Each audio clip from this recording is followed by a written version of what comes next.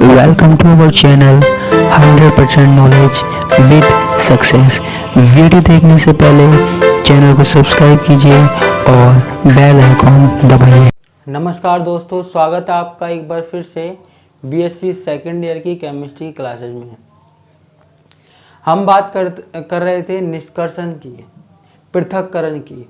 हमको लैंथेनाइड पृथक करने हैं। किससे? हमको लैंथेनाइड पृथक करने थे, उनके लवणों से पृथक करने थे। तो हम कुछ विधियाँ पढ़ रहे थे। हमने पिछली क्लासेस में कुछ विधियाँ पढ़ी थी। आज की क्लास में भी हमको कुछ मेथड्स देखने हैं, कुछ विधियाँ देखने हैं, जिसकी सहायता से हम क्या कर सकते हैं, लैंथेनाइडों को अलग कर सकते हैं। ये यूनिट आपके 2 या 3 दिन में ख़त्म हो जाएगी। ठीक है, ध्यान रखना। अब देखो, हम विधियाँ देख रहे हैं, तो हमारे पास जो अगली विधि है वो कौन सी है? वो है संयोजकता परिवर्तन विधि। संयोजकता परिवर्तन विधि, वैलेंसी चेंज मेथड। संयोजकता परिवर्तन विधि। अच्छा, ये क्या होती है? देखो बच्चों, आपको पता है लैंथेनाइडों में 3 तरह की ऑक्सीकरण अवस्था पाई जाती है। कौन कौन सी? +4, +3, +2। ठीक है, आप कहोगे बिल्कुल पाई जाती है। अब देखो, जब लैंथेनाइडों में 3 प्रकार की ऑक्सीकरण अवस्था पाई जाती है, +4, +3, +2, ठीक है, तो इन अवस्थाओं में आयनों के गुण भी अलग अलग होंगे, है ना। जैसे मान लीजिए हमारे पास सीरियम है, सीरियम की +4 ऑक्सीकरण अवस्था है, +3 है, +2 है। तो हर ऑक्सीकरण अवस्था में गुण भी अलग अलग होंगे। ठीक है, अगर सीरियम +4 है उसके गुण अलग होंगे, सीरियम +3 है तो उसके गुण अलग होंगे, है ना। अगर मान लीजिए +2 भी है तो उसके गुण अलग अलग होंगे। ठीक है, ये बात तो आपको पता होनी चाहिए, है ना, कि लैंथेनाइड तत्वों के +3, +2 और +4 ऑक्सीकरण अवस्था पाई जाती है। अलग अलग ऑक्सीकरण अवस्था में आयनों के गुण भी अलग अलग होते हैं। ठीक है, जिससे इन आयनों का पृथक्करण क्या हो जाता है, आसान हो जाता है।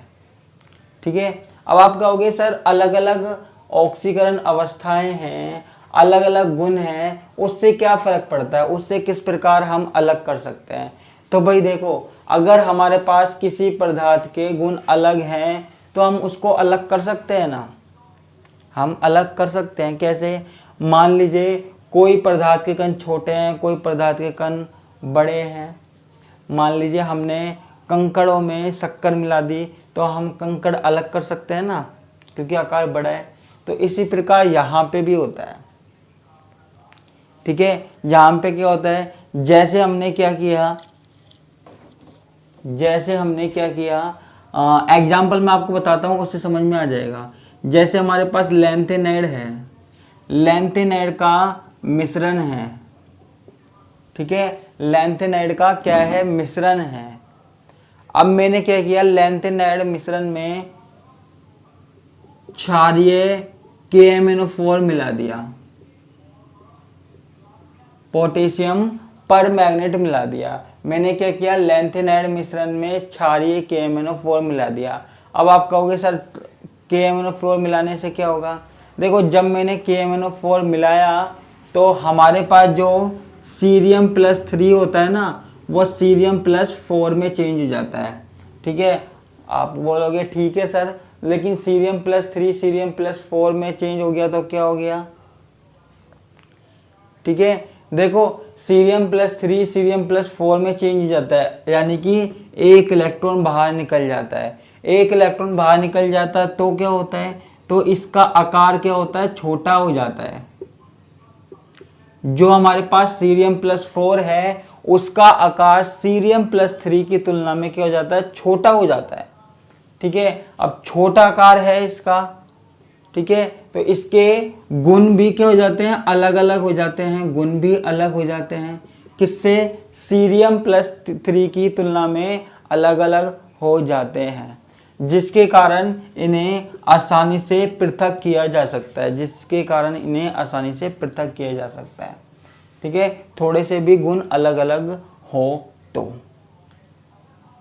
ठीक है। तो यहां पे इस विधि में केवल हमको इतना देखना है कि जो लैंथेनाइड है उनकी 3 तरह की ऑक्सीकरण अवस्थाएं होती है, +4, +3, +2। ठीक है। तो अलग अलग ऑक्सीकरण अवस्थाओं में तत्वों के जो गुण होते हैं, तत्वों की जो प्रॉपर्टीज होती है वो अलग अलग होती है। ठीक है। तो उसकी सहायता से हम उन्हें अलग कर सकते हैं। यदि हम लैंथेनाइडों के मिश्रण में क्षारीय KMnO4 मिला दें तो क्या होता है, सीरियम +3 से सीरियम +4 में चेंज हो जाता है। ठीक है। और आपको पता है इलेक्ट्रॉन निकल गया तो इसका आकार क्या हो जाएगा, छोटा हो जाएगा। इसकी जो प्रॉपर्टीज होगी, इसकी जो गुण होंगे वो इससे अलग होंगे। तो उन गुणों के आधार पर इसको क्या करते हैं, हम अलग कर सकते हैं। हम पूरे के पूरे मिश्रण में से अलग कर सकते हैं। ठीक है। तो ये हमारे पास कौन सी विधि हो गई, संयोजकता परिवर्तन विधि, यानी कि संयोजकता परिवर्तित करके। ठीक है। एक विधि है हमारे पास विलायक निष्कर्षण विधि। क्या, विलायक निष्कर्षण विधि, सॉल्वेंट एक्सट्रैक्शन मेथड, विलायक निष्कर्षण विधि। ठीक है। आपको मैंने एक बात बताई थी, मैंने आपको बताया था कि लैंथेनाइडों में, मान लीजिए कोई लैंथेनाइड है, कोई सा भी है, चाहे सीरियम है, प्रेसियोडाइमियम है, प्रियोमीथियम है, वो 3 तरह की ऑक्सीकरण अवस्था दिखा रहा है, +4, +3, +2, है ना। यानी कि 3 प्रकार के संकुल बनाने में सक्षम है, +4 अवस्था में भी, +3 में भी, +2 में भी। तो उसकी +4 वाली अवस्था सबसे ज्यादा क्या होती है, स्थायी होती है। ठीक है। +4 वाली अवस्था में जो संकुल होते हैं वो सबसे ज्यादा स्थायी होते हैं, है ना। सबसे ज्यादा +4 में, उसके बाद थोड़ा सा कम +3 में और फिर +2 में होते हैं। ठीक है। अब हम क्या करते हैं कि लैंथेनाइडों में, देखो लैंथेनाइडों में संकुल बनाने वाले विलायकों को मिलाया जाए। यदि संकुल बनाने वाले विलायकों को मिलाया जाए, विलायकों को मिला दीजिए बच्चा, मिलाया जाए। ठीक है। जो लैंथेनाइड है उसमें संकुल बनाने वाले विलायकों को मिला दीजिए, मिला देंगे। ठीक है। हमने संकुल बनाने वाले विलायकों को मिला दिया, तो संकुल बनाने वाले विलायकों को मिलाया तो आप कहोगे सर उससे क्या होगा, उससे हमारे पास क्या होगा, हमारे पास संकुल बन जाएगा। ठीक है। जो +4 ऑक्सीकरण अवस्था वाला तत्व है वो सबसे पहले संकुल बनाता है। ठीक है। तो +4 अवस्था वाला जो तत्व है वो क्या करेगा, संकुल बना लेगा। वो क्या करेगा, संकुल बना लेगा। ठीक है। और जब वो संकुल बना लेगा, है ना, तो उसको हम क्या कर सकते हैं, विलायक से आसानी से अलग कर सकते हैं, है ना। विलायक से आसानी से अलग कर सकते हैं संकुल बनाकर। ठीक है। संकुल की अलग ही पहचान होगी तो उसको हम अलग कर सकते हैं। ठीक है। तो विलायक निष्कर्षण विधि में क्या हुआ कि यदि हम क्या करें, लैंथेनाइडों के मिश्रण में कोई ऐसा विलायक मिला दें जो संकुल बनाता हो, तो लैंथेनाइड क्या करते हैं, संकुल बना लेते हैं और संकुल बनाने के बाद हम उसे अलग कर लेते हैं। ठीक है। ये बात हमारे पास हो गई। थियोरेटिकल पोर्शन है इसलिए मुझे ऐसे पढ़ाना पड़ रहा है इसमें।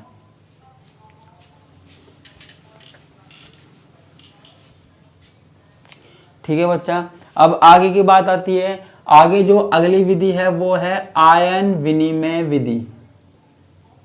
आयन विनिमय विधि। ठीक है। मोस्ट लगा लीजिए इसके ऊपर, बहुत बार एग्जाम में पूछी गई है। आयन विनिमय विधि, आयन एक्सचेंज मेथड। देखो लैंथेनाइडों के पृथक करने की, लैंथेनाइडों को पृथक करने की सबसे मस्त विधि है। मतलब सबसे उत्तम विधि है ना, मेरी भाषा में कहो तो सबसे शानदार विधि है। ठीक है, पृथक करने की सबसे उत्तम विधि, वर्ड भी कैसे कहते हैं, सबसे मस्त विधि है। ठीक है, कौन सी? आयन विनिमय विधि, आयन एक्सचेंज मेथड। ठीक है, सबसे प्रभावी है। ठीक है, सबसे ज्यादा प्रभावी है, सबसे ज्यादा जल्दी हो जाती है। ठीक है, और सबसे अच्छे रिजल्ट कोई अगर विधि देती है तो वो यही है। ठीक है, ये यही है। अब देखो मैं आपको एक कहानी सुना रहा हूं, आप उस कहानी पे ध्यान देना। ठीक है, जहां पे क्या होता है, इस विधि में हम एक स्तंभ ले लेते हैं, है ना। स्तंभ यानी कि कोई पट्टिका वगैरह जैसे क्रोमेटोग्राफी में होता है, इस तरीके से हम क्या कर लेते हैं, एक स्तंभ ले लेते हैं। ठीक है, हम क्या करते हैं, एक स्तंभ ले लेते हैं। अब इसमें हम क्या भर देते हैं, इसमें हम रेजिन भर देते हैं, आपने नाम सुना होगा। इसमें हम संश्लेषित रेजिन भर देते हैं। ठीक है, पूरी एक एक विधि बता रहा हूं, बिल्कुल कहानी सुना के। हमने क्या किया, हमने एक स्तंभ ले लिया, इसमें हमने क्या भर दिया, इसमें हमने रेजिन भर दिया। ठीक है, संश्लेषित रेजिन भर दिया। ठीक है, लेकिन रेजिन ऐसा हो जिसमें या तो कार्बोक्सिलिक समूह हो या SO3H समूह हो। ठीक है, हमने क्या किया, एक स्तंभ ले लिया, उसमें हमने संश्लेषित रेजिन भर दिया। संश्लेषित रेजिन ऐसा होना चाहिए बच्चा कि उसमें या तो कार्बोक्सिलिक ग्रुप जुड़ा हुआ हो या SO3H ग्रुप जुड़ा हुआ हो, इनमें से कोई सा भी ग्रुप जुड़ा हुआ हो। ठीक है, अब हमने क्या किया, हमारे पास जो लैंथेनाइड आयनों का विलयन था, है ना, लैंथेनाइड आयनों का विलयन।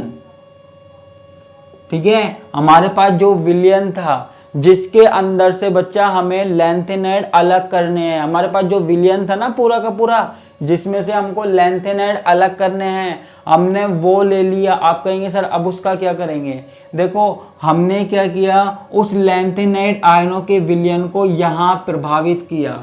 क्या किया? यहाँ प्रवाहित किया। ठीक है, अब आप कहोगे यहाँ प्रवाहित करने से क्या होगा? देखो यहाँ प्रवाहित करने से, ठीक है, जो लैंथेनाइड है ना, वो क्या करते हैं, ये जो संश्लेषित रेजिन है ना, इसके हाइड्रोजन परमाणु को हटा देते हैं। ठीक है, ये जो लैंथेनाइड है ना, वो संश्लेषित रेजिन के हाइड्रोजन परमाणु को हटा देते हैं और उसकी जगह खुद जुड़ जाते हैं। इस तरीके से खुद जुड़ जाते हैं। अभी मैं आपको रिएक्शन दिखाऊंगा तब पता लगेगा।